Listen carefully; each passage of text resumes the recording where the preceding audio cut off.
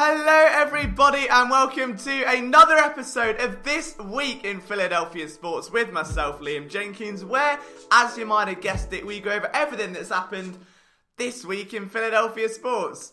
Again, if you are new to this channel and wondering why I'm so eccentric, I have not done a Twips video in about 2 weeks because no sport's been happening, and it's been heartbreaking. I've done these videos every Monday for the best part of a year now, and I love them. They're one of my favourite things to do every week. So getting them back is exciting, although the news itself is a little bit not that exciting. But bear with me. If you're new to this channel and you haven't yet subscribed yet, it would be amazing if you could. We are so close to 20,000, under 100 subscribers away now. We'd love for you to join our community. I promise you there is so much content on the horizon. We've got so many film rooms stacked back. Okay, here's my calendar for the next week, for those of you that are wondering. The problem is I can't get them all out right away because without any sport, within a week I'll be asking whether Mark Sanchez should back up Carson Wentz, and that's not a path I particularly want to go down just yet. But we do have some news this week, and before we get to any of it, I do just want to commend the Philadelphia Eagles organization on a very serious note for broaching the events of the past couple of weeks in the most humane, the most eloquent, and the most empathetic way possible. The Eagles have been at the forefront in the battle against social injustice for several years now, thanks to Jeffrey Lurie, players like Malcolm Jenkins and Torrey Smith, but to see that fight carried over into events that are genuinely reshaping a generation in the most heartbreaking way, it's warming, to say the least, at a time like this, that people can look up to Eagles, the players, the staff, the coaches, and really resonate with the movement that is happening right now. The statement released by Jeffrey Lurie, which came an hour after I said he should release a statement because he hadn't, and I was getting worried, but we'll ignore that, and came on the back of a team meeting where the Eagles got their players on a Zoom call to discuss the difficulties that black people face in America, for the teammates to share their personal experiences with these injustices and with this inequality that we have to live with.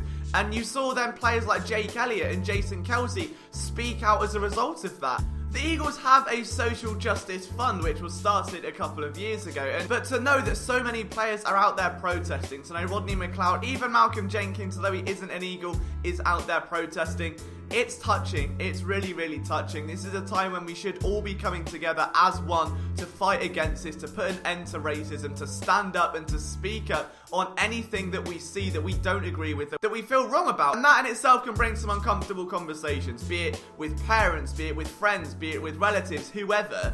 I think that it's really important to have role models that set the tone, that say, look, this is the right way of doing things, that we have to battle this together. So just a massive show of gratitude from myself, at least, to the Eagles for doing that, for making sure that everyone's on the same page. They're standing out. They're not doing what Drew Brees did, where they have to retract statements and have it in the most controversial way. They're not doing what other teams are, which is like a one-line statement, which is essentially a way of saying nothing by doing something. It doesn't change anything. The Eagles are trying to make a difference, and for that I have the utmost respect. There are links to some charities which you can donate to down below if you do feel strongly about the events going on in the world right now, and we will also be working on some charity events over the next few weeks where all of the money raised will go towards charities in Philadelphia, such as Phil Abundance at this time, to help people affected by the protests, by the arrests, by the injustices that the world faces right now. Slightly bridging on from that, Malik Jackson is not a happy bunny. The Eagles defensive tackle spoke to reporters today, stating that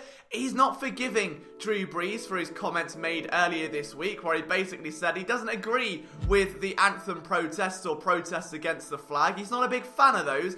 That went down like a cup of cold sick, and Malik Jackson said that in week 14, he won't let Brees forget it. So week 14, Eagles v Saints might just have a little bit of juice to it. And that is the kind of content I'm here for. And while there is no Eagles news this week, I was doing some thinking with my very limited facial hair, doing my beard stroke over here, and thinking who benefited the most from the Eagles offseason. And while he may not have been the biggest benefactor from the offseason they had, I think one man that people aren't talking about enough here is JJ Arcega-Whiteside, because think about it. Rookie year, he had to learn the entire playbook, forwards, backwards, sideways, in Arabic, recite it in Spanish, do a handstand, and then from each position before he was even allowed to see the field, okay? That is unheard of. And from Mike Groh, who said that Nelson Aguilar's issue was wearing too many hats, to do exactly the same to a second-round pick is a shambles, and I'm kind of glad he's not in Philadelphia anymore because of it. It's a total lack of awareness. He's got that. He's then got some injuries that weren't reported at the time.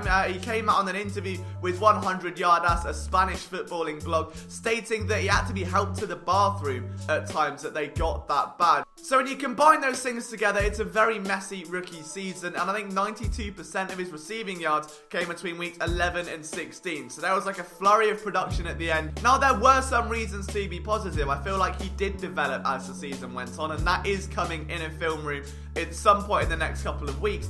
But the grandstanding narrative is that it was massively ineffective. Then go into an offseason where you lose Nelson Aguilar. The Eagles then draft 3 wide receivers, all of them with speed in mind. They trade for Marquise Goodwin, and you have got a cluster of more speed than the team know what to do with, alright? It is a little bit scary. If it was a video game, it'd be like Need for Speed Underground, or Sonic Heroes, or Everybody's Golf. And a lot of people just assumed off the bat that because of that, Arcega-Whiteside's involvement in the offense will decline. But I think it will do the opposite. And I could be wrong. I mean, it's me, so I might be. But think about it logically, okay? The Eagles no longer have a starting slot receiver. We know that Deshaun Jackson played 40% of his snaps from the slot during his season at Tampa Bay. His first touchdown as an Eagle upon his return was from the slot. If they want to field Rager and Jackson at the same time, one of those guys is moving inside. That takes some of the congestion out of it. And the Eagles have an offense that does have a rigid structure, as fluid as it may seem. The X receiver is typically a possession-based receiver, a jump ball specialist, a taller receiver who you don't want to leave unattended or unaccounted for because he can make you pay, especially down in the red zone. An area of the field where Carson Wentz has 72 touchdowns and 2 interceptions in his career. If you're down inside the 20, that speed that you've got becomes a lot less effective because there's no real open field to burn, right? You can't set grass on fire that's a yard in front of you. So all of a sudden, a 6'3" jump ball specialist who can box out defenders does become more valuable. And that's something the Eagles have wanted ever since the days of Dorial Green Beckham. The Eagles are going to run this rigid offense, and you can expect that the X receiver should still be a possession guy. Your Y is going to be your slot receiver, so that's going to be whoever it may be inside, and your Z receiver is of course the speed, the deep threat, the burner. So while they are going to probably have looks where they have multiple speed threats on the field, having that strong cornerstone of a possession wide receiver outside is critical. Now on that note, that's going to A, take some attention away from Arcega-Whiteside, because Jalen Rager, Deshaun Jackson, and whoever else, quite frankly, probably pose more of a threat. So he may not get matched up on CB1s. He's probably going to be on a cornerback 2 or a safety or something like that. He may have a little bit more leverage on the outside. The other thing is the spotlight will no longer be on him, as the pressure of a second round pick that isn't producing, that we don't know about his injury, that can't learn the playbook according to reports. And then you've got all these other things of, well, the Eagles desperately need wide receivers. They've got practice squad guys. Where is J-Jaw? Where is J-Jaw? Take that away now, because there is no spotlight. The spotlight is on the stars of the show that are going to make this offense sing and hum and purr. Arcega-Whiteside can be out there doing his own thing, getting up to speed under a new wide receiver coach, under Aaron Moorhead, who may well get the best out of him. So that is important. He's away from the spotlight, can get some confidence, which as a receiver is absolutely vital. The other thing, of course, is that Alshon Jeffrey's injury may well mean that he's not going to be seeing action until week 8. That gives half the season to JJ Arcega-Whiteside to not only get up to speed, to not only make an impact, but to say, hey, look, dude, you're going into the latter stages of your career, you've got a massive cap hit, you're coming off an injury, the fans don't like you, some of the team probably don't like you, there's a lot of controversy around your name over the Alshonymous sources scenario.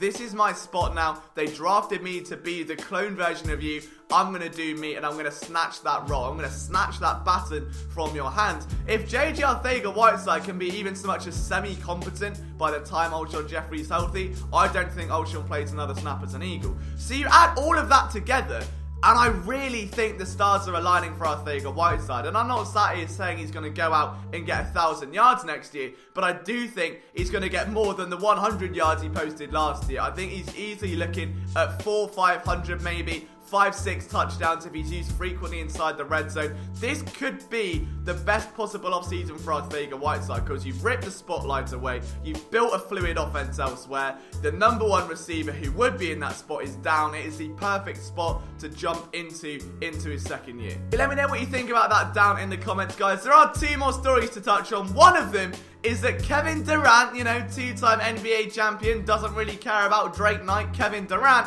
has bought minority shares in the Philadelphia Union. Because we all saw that coming. I mean, some of us did. He actually met with Jay Sugarman and the owners back in December, but why? Like, why would Kevin Durant buy the Union of all teams? I don't get it. He was raised in DC. He's very proud of the DC area. Why Philly? Anyway, Durant has bought between 1 and 5% of the Philadelphia Union and is now going to have some kind of impact in the team's future, which is exciting. We don't know yet if it's bought personally or through his investment company, which does seem more likely since they're a company for investments. It's interesting, and it does have some ties to the Sixers, because let's not forget, Josh Richardson, Joel Embiid, Mike Scott, Raul Neto are all massive soccer fans. I mean, I think some of the reason that Embiid gasses out so quickly is because he's spending too much time on FIFA. Forget the diet, he's got weekend league to play, right? He's an ultimate team, he's grinding SBCs, lads. So could there be a link? Are they friends off the field? Do they enjoy the same sport? We know those guys have been down to Subaru Park. All it takes is Kevin Durant, who after this year will have 3 years, including a player option on his max contract in Brooklyn, to go, do you know what? I'm getting older. I might have one more rodeo in me. By that point, is he going to play small forward or power forward? You could put him and replace him with Al Horford, which would never be a bad thing, let's be honest. And he's closer to his investment where he can get to the games and have a bit of an understanding. It also does wonders for any international player that is looking at the MLS. And I don't want to name Antoine Griezmann, but I'm going to name Antoine Griezmann, who has recently said he would like a stint in Major League Soccer before his career ends. To look at a team like that and know that it's and know that Kevin Durant has an influence in it. You are a soccer star. Names like Paul Pogba are massive fans of the NBA. Part of life there. The two sports seem to link up quite well. So if you are an international soccer star and you're looking at the MLS, the Union all of a sudden becomes a much more appealing place to come and end your career. And maybe Kevin Durant has some slight pulling power with the Sixers as well, but he's probably got as much pulling power as me right now. And with this haircut, it's not a lot, alright? It's not a lot. And finally, sports are beginning to come back. The NHL has announced its return to hockey plan. I sat on a call with Gary Bettman recently where he basically stated what they want to do, what the aim is and the precautions that they're taking. And the Flyers have reopened their skate zone today, unless you're watching this today and it's Tuesday or a Wednesday. It could be a Thursday, actually. I didn't think of that. Opened it on Monday anyway, and the players can now return to practice. So expecting 6 off the bat right away, with more to follow in the coming weeks. The Flyers, of course, will compete in the round robin part of the NHL playoffs to decide their seeding between 1 and 4. They'll play each of the other 3 teams in the Eastern Conference once, and then they'll move on to a seeded playoff. It's exciting times. The basketball side of it, though, don't get me started. 22 teams making the playoffs. You're rewarding mediocrity at that point. Don't know what's going on, but I understand it from a marketing perspective, and if we get basketball, it can only be a good thing. But that is it, guys, for another week of Philadelphia sports news. Let me know what you think down in the comments. From myself, Liam Jenkins, thank you so much for watching this video. Again, if you enjoyed it, there's so much more coming from this channel. If you could subscribe, it'd be amazing. We'll see you soon.